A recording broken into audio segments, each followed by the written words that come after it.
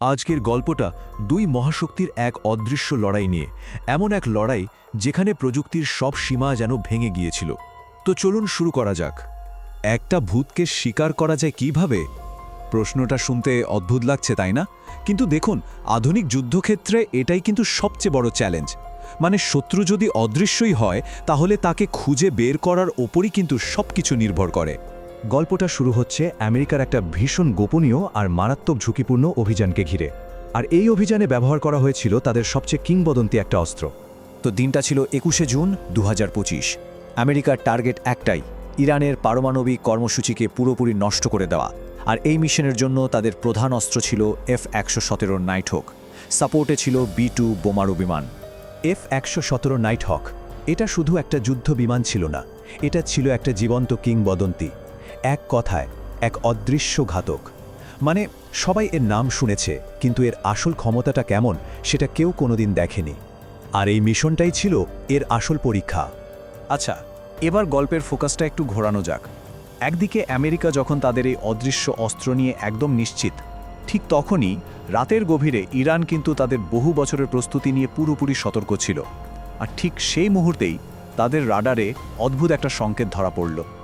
দেখুন, এটা কিন্তু হুট করে ঘটে যাওয়া কোনো ঘটনা না।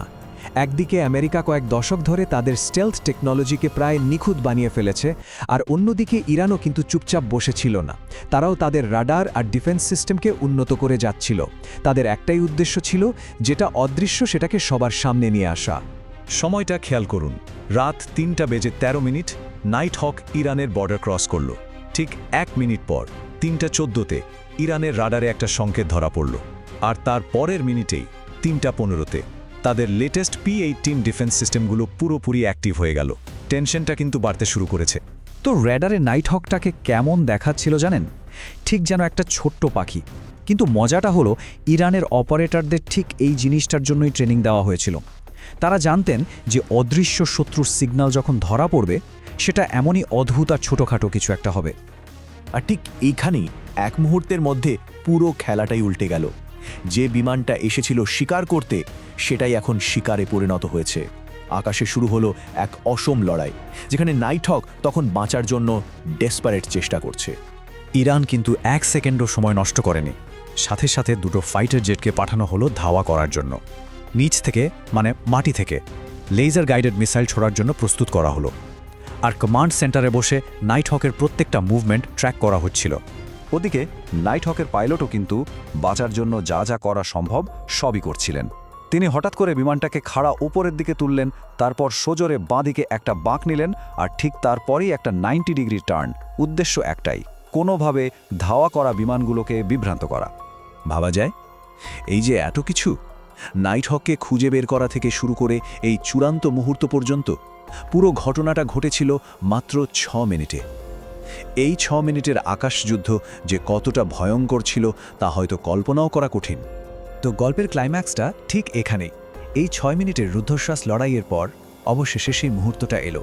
এমন এক মুহূর্ত যা আমেরিকার সামরিক ইতিহাসে একটা নতুন অধ্যায় লিখে দিল। ইরানের ফাইটার জেট থেকে মিসাইলটা তখন নাইটহককে টার্গেট করে ফেলেছে। কম্পিউটারের স্ক্রিনে একটাই লেখা ভেসে উঠল, মিসাইল লকড, টার্গেট ফিক্সড। এক মুহূর্তের জন্য সব যেন থেমে গেল। বিমানটা নিয়ন্ত্রণ হারিয়ে সোজা মাটির দিকে পড়তে শুরু করলো। আর অন্যদিকে হাজার হাজার মাইল দূরে হোয়াইট হাউসে তখন খবর পৌঁছালো যে তাদের এই গোপন মিশনটা ব্যর্থ হয়েছে। কিন্তু এই ঘটনাটা শুধু একটা বিমান ধ্বংস করার গল্প না, এর প্রভাব ছিল অনেক অনেক গভীর। এটা আসলে পুরো বিশ্বের সামরিক শক্তির ব্যালেন্সে একটা নতুন কিছুর ইঙ্গিত দিচ্ছিল।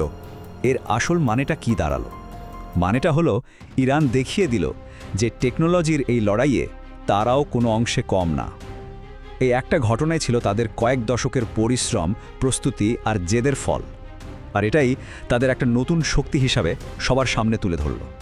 শেষ পর্যন্ত 21শে জুন 2025-এর সেই রাতটা শুধু একটা বিমান ভেঙে পড়ার গল্প হয়ে রইল না, এটা হয়ে উঠল একটা দেশের জেগে ওঠার গল্প।